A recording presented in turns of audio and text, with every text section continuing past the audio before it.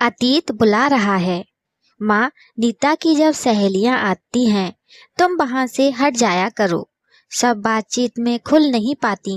नीता तो तुम्हारा लिहाज करती है, इस कारण तुमसे नहीं कह पाती। प्रिया को लगा उसके अंदर का शीशा, जिस पर चोट तो कई दिनों से लग रही थी, आज दरक गया है। रन्ना विशाल आज सच में इतना विशाल हो गया है कि उनका अस्तित्व उसके सामने बोना हो गया है। धीमे धीमे पग उठाती वह कमरे में आ गई।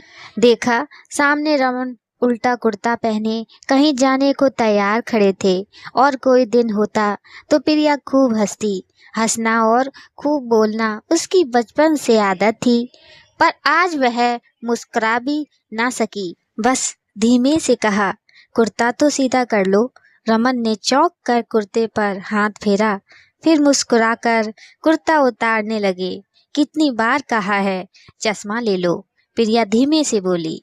अरे उम्र के 65 बसंत बिना चश्मे के निकल गए, जो बचे हैं वे भी निकल जाएंगे। हाँ, मेरी छड़ी कहाँ है? ठहरो, मैं भी चलती हूँ। तो उन्हें आश्चर्य हुआ। हाँ, कहती हुई प्रिया उठ खड़ी हुई, पति को छड़ी थमाई और बाहर निकल आई। रमन को आश्चर्य हुआ, आज पत्नी को शहर कैसे याद आ गई। जब भी वह उसे चलने को कहते, वह घर का कोई न कोई काम बताकर टाल जाती। खुली हवा में प्रिया आई तो मन में दबा आक्रोश कम होने लगा।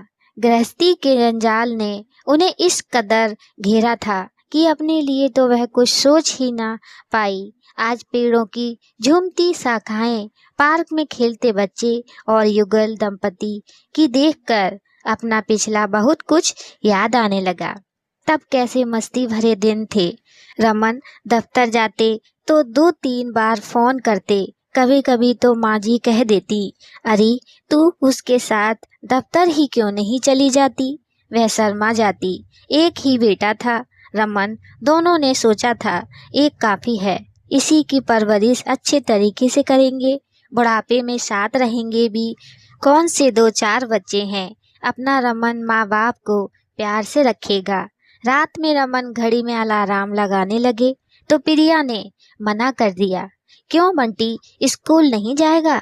जाएगा तो क्यों, उसकी माँ है अपने बच्चे के लिए। हम सारा जीवन करते रहें, अब क्या उनके बच्चों के लिए बाकी की जिंदगी गवा दें।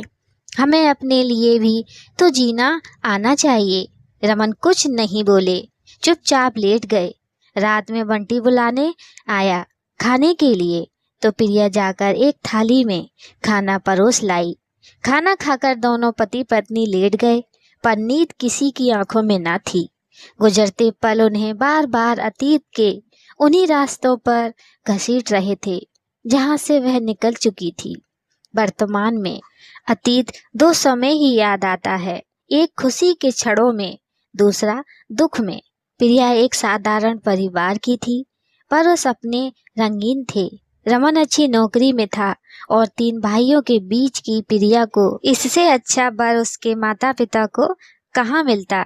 सास ससुर अच्छे थे, प्रिया का बड़ा मान रखते। जब बेटा हुआ, सास का खुशी से बुरा हाल था।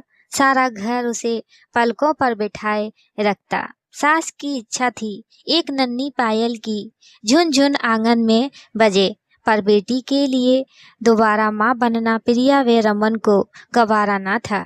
साधारण परिवार था। बेटे के साथ गृहस्थी आराम से कटने लगी। बेटे की नौकरी दूसरे शहर में लगी तो अपने घर में ताला डालकर बेटे के साथ आ गई। रमन भी अवकाश पा चुके थे। कुछ दिनों में ही बेटे की शादी हो गई।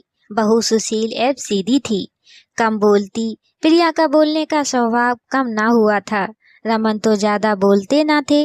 बुढ़ापे में सोचा था बहू से खूब पटेगी, ज्यादा से ज्यादा समय बहू के साथ बिताती, अपने हाथों उसे सजाती, उसे अकेला ना छोड़ती। बच्चा होने वाला हुआ तो साई की तरह बहू के साथ रहती, ज्यादा से ज्यादा बंटी को अपने साथ रखती। रमन भी अब खुद को अकेला महसूस करने लगे थे।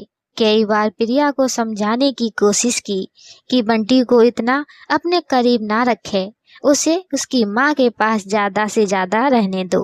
पर प्रिया ना मानी। उसके स्कूल के टिफिन से लेकर गृह कार्य तक पूरा बोझ उठाए रहती। पर इधर कुछ दिनों से प्रिया को भी महसूस होने लगा था कि बहू और बेटा उससे कतराने लगे हैं। दोनों बातें करते होते पर उसे देखते ही चुप हो जाते। किसी न किसी बहाने बंटी को अपने पास बुला लेते। पर आज की घटना, प्रिया ने करवट बदली तो रमन को जागते पाया। तुम सोए नहीं अब तक? नहीं, तुम भी तो। क्या तुम भी वही सोच रही हो जो मैं सोच रहा हूँ? हाँ, पर तुम सिर्फ सोच रही हो, जबकि मैंने उसका अंजाम भी सोच लिया है। रमन बोले। तो क्या? वह उठकर बैठ गई। हाँ, हमारे शरीर की शक्ति अभी गई नहीं है प्रिया। हमें ये बाकी के दिन अपने लिए जीने हैं, सिर्फ अपने लिए, बिना किसी के हस्तक्षेप के। हमारा वह पुराना घर अभी भी खाली है। रमन का गला रुंध आया। आंसू प्रिया की आंखों में भी थे। जाने यह बेटे के प्रति किए गए प्रेम के प्रतिदान सब रूप जो मिला था उसके लिए था या उससे अलग होने का, नहीं पता। दूसरे दिन बेटे से दोनों ने बात नहीं की। बेटा दफ्तर चला गया। फिर दोनों ने मिलकर सामान बांधा। बंटी आया, उचक कर देखा और जाकर माँ को सूचना दे आया। बहू परेशान हो गई। उसका ये मतलब तो नहीं था।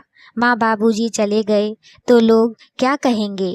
अकेले बेटे से माँ बाप को रखते भी ना बना। बहू उसे बता दो। रमन धीमे से बोले। रुक जाओ, बेटे को आ जाने दो। तो फिर ठीक है, मैं लेटता हूँ, उठा देना। आवाज प्रिया की भी धीमी थी। थोड़ी देर दोनों शांत लेटे रहे। किसी तरह भोजन किया, फिर बेटे का इंतजार करते रहे। बहू चुपचाप दूर से देखती रही, हैरान परेशान। कहाँ जा रहे हैं माँ एवं बाबूजी? थोड़ी देर हो गई तो प्रिया उठकर बैठ गई। रमन भी सोए ना थे, बस आंखें मूंदे लेटे थे। नींद आती भी कहाँ से। जीवन भर तो बेटे के संदेह में रहे। आज बेटे को छोड़कर जाने का बिछोह इतनी आसानी से कैसे पचा ले। प्रिया, बहू ने तुमसे कभी कुछ कहा क्या? बंटी को तुमने पाला तब भी नहीं, कभी तुम्हारी बात का इनकार किया नहीं। तो इधर बहू कुछ उखड़ी जरूर लगती है। उसकी सहेलियों में मुझे बैठना अच्छा लगता था, बातें करना अच्छा लगता। प्रिया, तुम्हें याद है जब हम अपने मित्रों के साथ बैठते थे और हमारा बच्चा आकर बैठ जाता तो हम क्या करते? हाँ, याद है। वो दिन कैसे भूल सकती हूँ, प्रेम उमंग से भरे हुए दिन। तब हम बच्चों को झिड़क देते, कहते हम बड़ों में तुम्हारा क्या काम, कहते थे ना। हाँ, बच्चे बच्चों में ही अच्छे लगते हैं। कभी कभी हम कोई फिल्म देखते होते तो बच्चों के आने पर बंद कर देनी पड़ती। कई बार हमारा प्यार करने का मन होता, पर बच्चे के जगह होने के कारण मन मनसोख कर रह जाते। हाँ, याद है। प्रिया के चेहरे पर बुढ़ापे में भी फुर्ती आ गई। याद है प्रिया? रमन उठ कर बैठ गए। एक बार जब हम शिमला गए थे, सैर सपाटे से लौटे थे हम, तुम गुलाबी सूट में बहुत प्यारी लग रही थी। मेरा मन तुम्हें प्यार करने का हो रहा था, पर हमारा बेटा बाहर जाने का नाम ही नहीं ले रहा था, हमसे चिपटा बैठा था। अच्छी तरह याद है, हम बच्चे को बार बार बाहर घूमने जाने को कहते, पर वह गया ही नहीं। गुस्सा आता था ना? हाँ, शर्मा कर प्रिया ने कहा। फिर पूछा, लेकिन ये सब आज तुम्हें याद आ रहा है? तनिक संभल कर रमन बोले।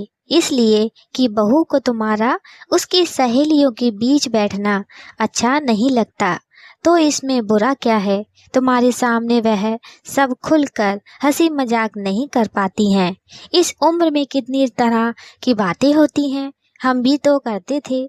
जब माँ बाबूजी या बच्चे बैठ जाते तो अपने खास मित्रों से खुलकर बातें नहीं कर पाते थे। यही सोचते कब ये लोग उठकर जाएं। तुम्हारा मतलब?